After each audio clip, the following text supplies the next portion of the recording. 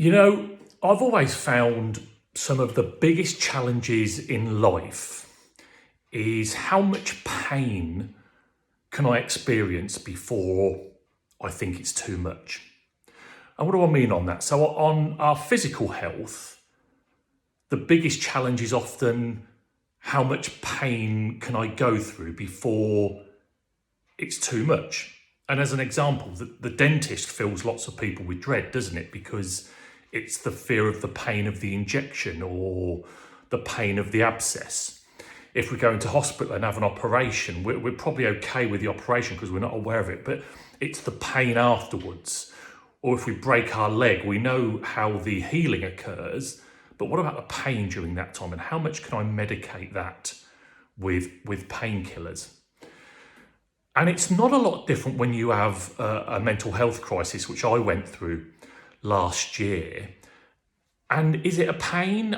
When I look back, mine was a real fear of not getting better, a real fear of, oh gosh, how long do I have to live with that? And when you talk to other people that have been through really rough times with their mental health, they'll often share about that fear often becomes pain. You almost feel a physical pain because you don't know what else to do with that. And a lot of the questions I get from people when they contact me is, well, how bad did it get? What were the worst of times? Because they're really asking, if I'm unfortunate enough to go through this, will I be able to put up with it? And I want to share some of those worst times, not because I want to tell the world about it necessarily, because they're quite challenging to talk about, but I want to encourage you that if you're having tough times, you can get through it, that there is a way through it.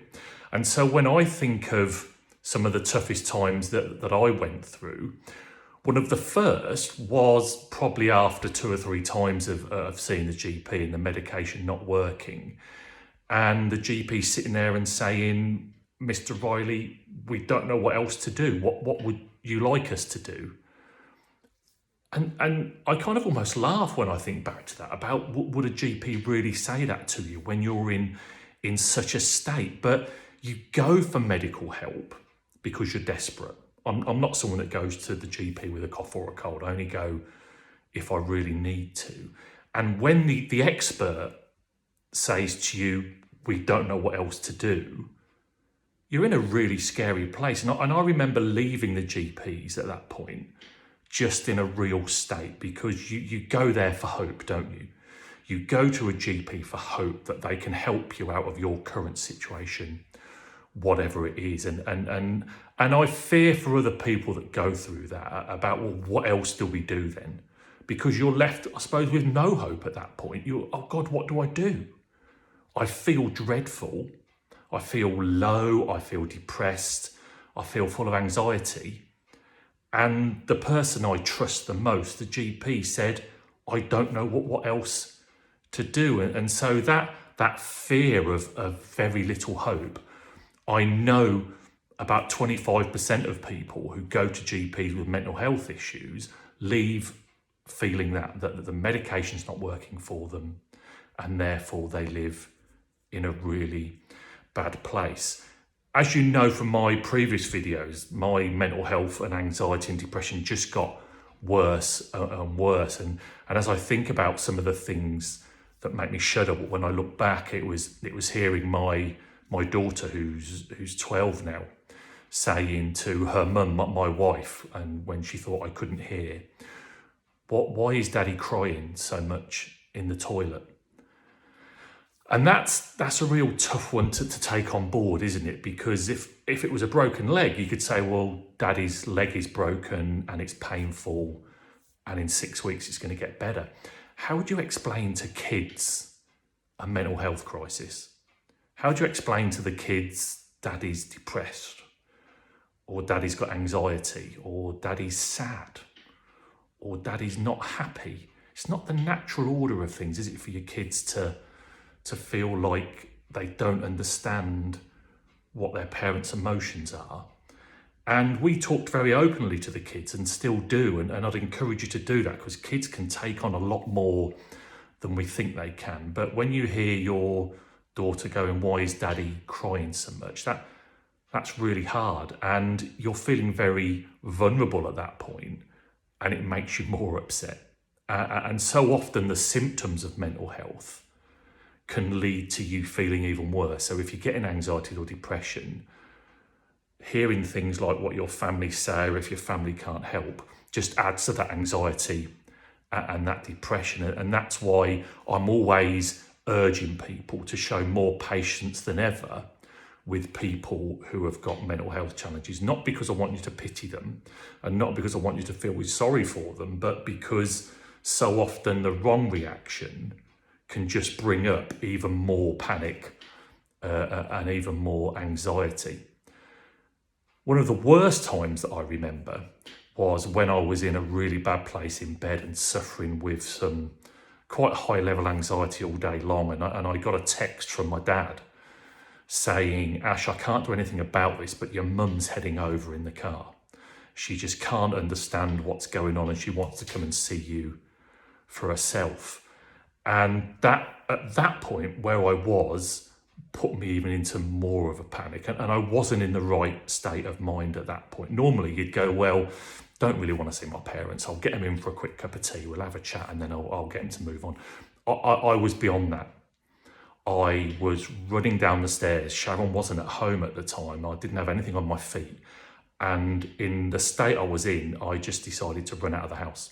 I just decided that I'll grab the keys for the car. I haven't got time to put my shoes on. I'm going to drive the car somewhere. And as I ran out of the house, I ran up the drive and Sharon was just pulling in and she said, "Oh my God, what's going on?" And I was crumbling. And I said, "Sharon, you just need to, I'm getting in the back of the car. I need to drive. My mum's coming. I can't face her." I just couldn't face seeing anyone. And she said, "Well, you can't drive. You've got nothing on your feet." And I said, "I don't care. I am driving." And she said, "Get into the car and we'll drive." And really awful memories of Sharon driving around the village and me lying in a crumpled heap in the back of the car, wailing that I don't know what to do, wailing that just get me away from this. Just get me away from this. And she pulled over and rang the emergency doctor, the emergency mental health number. And they said, "You need to take him to A&E. And they actually said, "Have you got a dog whining in the back of your car? I can't hear you." And she had to say, "No, that's my husband."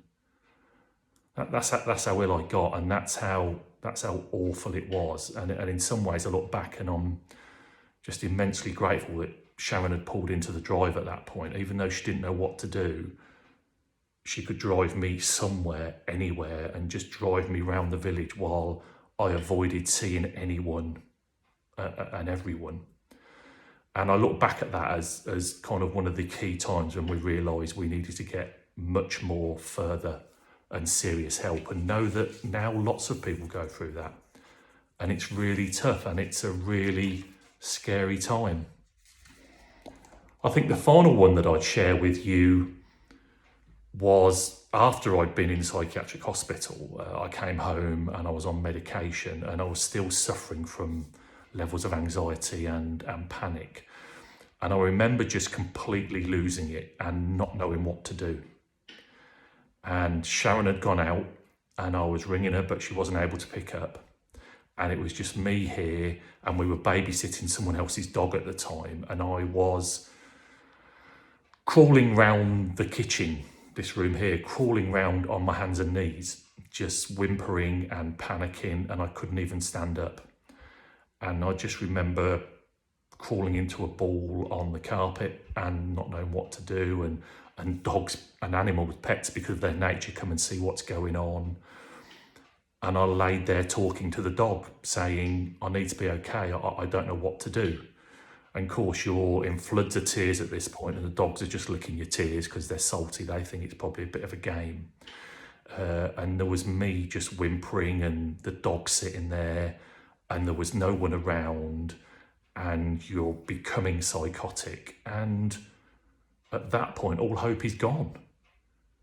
All hope is gone. And even though I had some medication that I could take at that point that would calm me down, I'd forgotten about it. And I was just in this awful, awful place. And I think I remember almost panicking myself into a sleep and just managing to fall asleep in a ball on the floor or get myself up on the stairs. And it is pretty awful looking back at those times. But I share them, one, to share if you know people going through mental health crisis, that's how bad it can get. That's how awful that emotional and physical pain can be. But more importantly, I'm sharing it because I want you to know that even if you are experiencing anything as awful as that, you can get through it. I'm here today. I didn't want to go through that. I'd pay a fortune not to go through that. But people do go through that. I went through that. And with a lot of support of people around you and the medical profession and therapists and counsellors, you can get through it. And here I am less than a year later, being a normal dad again, being a good husband to my wife, running my business, sharing my story, and saying to you, however bad you feel right now, however desperate, however hopeless, however much in pain you are now, you can get through this.